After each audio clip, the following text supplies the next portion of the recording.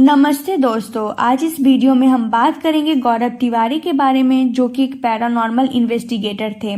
आगे बढ़ने से पहले ये जान लेते हैं कि पैरानॉर्मल इन्वेस्टिगेटर होते कौन हैं। ये वो लोग होते हैं जो भूत प्रेत के बारे में पता लगाते हैं और साथ ही ये जानने की कोशिश करते हैं कि इंसान का मृत्यु के बाद होता क्या है। अब बात कर लेते हैं गौरव तिवारी के बारे में। इनका जन्म 2 सितंबर 1984 को हुआ था, एक बड़े ही सिंपल परिवार में। इन्होंने अपनी पढ़ाई पूरी की और पढ़ाई पूरी करने के बाद अपना लक आजमाने चले गए हिंदी फिल्मों में। उस समय इनकी उम्र महज 16 साल थी। इनकी फिल्में आई जैसे 16 दिसंबर, टैंगो चार्ली, जिनमें इनका कैमियो था। पर फिल्मों में इनको कुछ खासा कामयाबी नहीं मिली तो गौरव 21 साल की उम्र में फ्लोरिडा चले गए पायलट की पढ़ाई के लिए। अब सोचने वाली बात है कि ये तो पायलट की पढ़ाई कर रहे थे, फिर उस फील्ड को छोड़कर ये पैरानॉर्मल इन्वेस्टिगेटर कैसे बन गए। साथ ही ये गौर करने वाली बात है कि इनका भूतों में पहले कोई यकीन नहीं था, पर हुआ ये कि पायलट की पढ़ाई के दौरान फ्लोरिडा में ही इन्होंने एक रेंटेड फ्लैट लिया था और वहीं रहने लगे थे।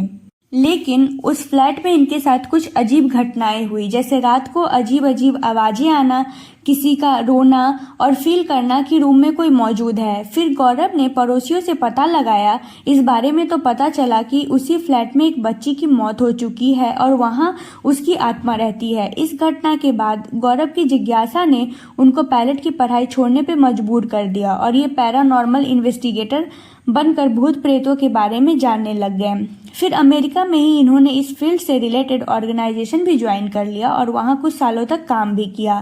फिर साल 2009 में गौरव इंडिया वापस आ गए और इंडिया वापस आकर उन्होंने इंडियन पैरानॉर्मल सोसाइटी की स्थापना की और उसके फाउंडर और सीईओ भी बने। इंडिया में गौरव ने बहुत सारी टीवी शोज में भी काम किया, जैसे MTV girls night out, haunted weekends, fears files, भूत आया और फेमस मीडिया प्लेटफॉर्म पर भी इंटरव्यू दिया और मीडिया के साथ हॉन्टेड प्लेस पर भी गए और रिसर्च भी किया। गौरव का काम रात को ही रहता था, तो ये जगह जगह अपनी टीम के साथ जाया करते थे, जो भी हॉन्टेड प्लेस का इनको पता लगता था और अपनी रिसर्च को अंजाम देते थे। इसी तरह इनका काम आगे बढ़ता रहा और ये काम करते रहे।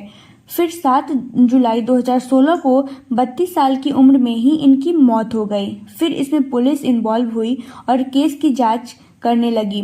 फिर वाइफ ने बताया कि 6 जुलाई को गौरव अपनी जांच पड़ताल करके घर देर रात लौटे थे और 7 के सुबह बिल्कुल ठीक थे। फिर कुछ काम करके सुबह बाथरूम में गए और थोड़ी देर बाद चिल्लाने की आवाज आई और देखा गया गौरव नीचे पड़े हैं और उनके गले पर एक गहरा निशान है, जो काफी रहस्यमयी था। 6 महीना पहले ही उनकी शादी भी हुई थी। साथ ही वाइफ ने पुलिस को ये भी बताया कि गौरव 6-7 दिनों से बोल रहे थे कि कोई नेगेटिव एनर्जी उनका पीछा कर रही है और परेशान किए जा रही है। लेकिन जैसा हम लोग जानते हैं, पुलिस इन सब चीजों को नहीं मानती है और इस केस में भी पुलिस अपना जांच करती रही। फिर लास्ट में केस के जो DSP थे, उनके मुताबिक ये सुसाइड था, पर इस बात को उनके परिवार वाले मानने को बिल्कुल भी तैयार नहीं थे, क्योंकि उनका कहना था कि सब कुछ तो ठीक था तो सुसाइड कैसे हो सकता है। पर ये केस सुसाइड कहकर बंद कर दिया गया और आज भी गौरव की मौत एक रहस्य ही बना हुआ है। ये तो रही गौरव की कहानी। मिलते हैं फिर किसी नए कहानी के साथ, तब तक के लिए इजाजत दीजिए। Thank you.